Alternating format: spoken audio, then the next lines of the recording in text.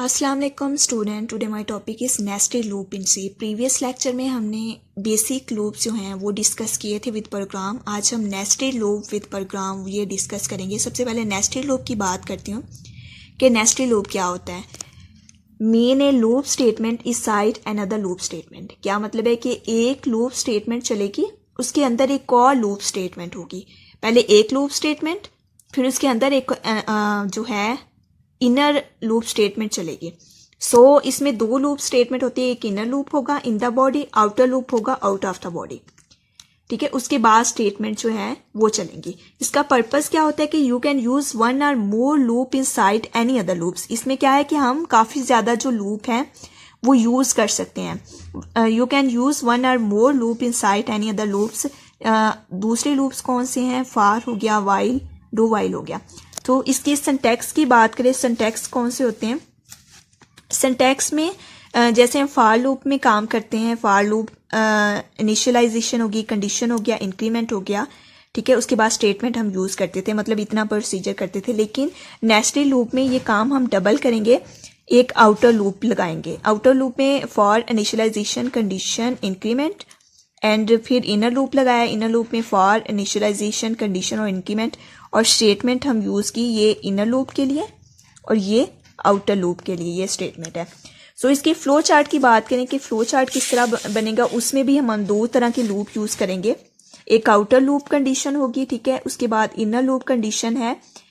अगर हमारी ये आउटर लूप फॉल्स हो जाता है तो ये एंड स्टॉप, मतलब बाहर निकल आएगा बॉडी से, एंड हो जाएगा ये लूप। सो अगर हमारा ये इनर लूप ट्रू हो जाता है तो वो इंक्रीमेंट के साथ, मतलब आगे जो है वो वर्किंग को चलती जाएगी। लेकिन इनर लूप हमारा अगर फास्ट हो जाता है तो आउटर लूप चलता है, मतलब इस तरह प्रोसीजर होगा ये। सो इसके प्रोग्राम की बात करें कि प्रोग्राम हम इधर शो करवाया टू प्रिंट द पैटर्न। अगर इस तरह का पैटर्न हम शो करवाना चाहते हैं तो ये किस तरह होगा? हैश इंक्लूड iostream.h, मतलब हेडर लगाया, उसके बाद मेन लगाया। सो हमारे यहाँ से प्रोसीजर हमारा स्टार्ट होता है।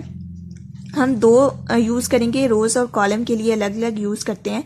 तो इनिशियलाइजेशन हमने यहाँ पर ही कर दिया है। For initialization i is equal to 1, क्योंकि हमने 5 तक लेके जाना है तो स्टार्टिंग हमारी जो है वो 1 से स्टार्ट होगा। उसके बाद i less than is equal to 5, मतलब 5 भी इंक्लूड है तो इस वजह से इज इक्वल टू हमने लगाया है। उसके बाद i प्लस प्लस कर देंगे। सो उसके बाद ब्रैकेट स्टार्ट की, ये हमारा क्या है? ये आउटर लूप है। और इसके बाद ये इनर लूप स्टार्ट होता है। इनर लूप में हमें क्या प्रोसीजर किया? For int j is equal to i, j less than is equal to i, मतलब 5 तक ही हमने जाना है। ठीक है, उसके बाद j प्लस प्लस होता जाएगा कि पहले 1, फिर उसके बाद 1 2 1 2 3 1 2 3 4। ये हमने कॉलम की, मतलब रोज के हिसाब से लगाई है, कॉलम के हिसाब से, और ये रोज के हिसाब से लगाई है। ये वाला जे रोज के लिए है और ये कॉलम के लिए है। सो सी आउट में हमने जे लिख दिया और सी आउट में एंड लाइन कर दिया। मतलब अगर हम इस तरह लगाना चाहते हैं नेस्टेड लूप को यूज करते हुए तो इस तरह प्रोसीजर करेंगे कि आउटर लूप और इनर लूप। लेकिन हम पहले जब फॉर लूप की बात करते थे, मतलब फॉर लूप सिंपली, तो हम सिंपल लिख देते थे। लेकिन इसमें क्या करना है कि जब हमने आउटर लूप लगाना है तो आउटर लूप तो मतलब सिंपली जैसे हम लगाते थे वैसे ही होगा। लेकिन इनर लूप में क्या प्रोसीजर होगा कि जब हमने जे को करना है, जे में कोई इंक्रीमेंट या डिक्रीमेंट कर रहे हैं उसका, तो हम क्या करेंगे कि j less than is equal to i, मतलब यहाँ पर जो हम वैल्यू लेंगे आउटर लूप में उसके साथ कनेक्ट कर देंगे इसको। फिर जे प्लस प्लस और सी आउट में जे प्रिंट करवा देंगे और सी आउट में एंड लाइन प्रिंट करवा देंगे। सो सिंपली नेस्टेड लूप, मतलब अगर हम प्रोग्राम करना चाहते हैं तो इस तरह करेंगे।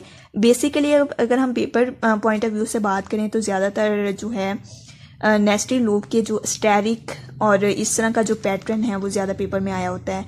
नेक्स्ट लेक्चर में इंशाल्लाह हम जो है स्टैरिक, मतलब इस तरह के क्वेश्चन खुद सॉल्व करेंगे। सो इस तरह के डेडिकेटेड लेक्चर देखने के लिए मेरे चैनल को सब्सक्राइब करें और कमेंट करके बताएं कि मतलब अगर आप लोग कोई क्वेश्चन जो है मुझसे पूछना चाहते हैं तो कमेंट करके आप बता सकते हैं मुझे। सो मेरे चैनल को सब्सक्राइब ज़रूर करिएगा। Thank you.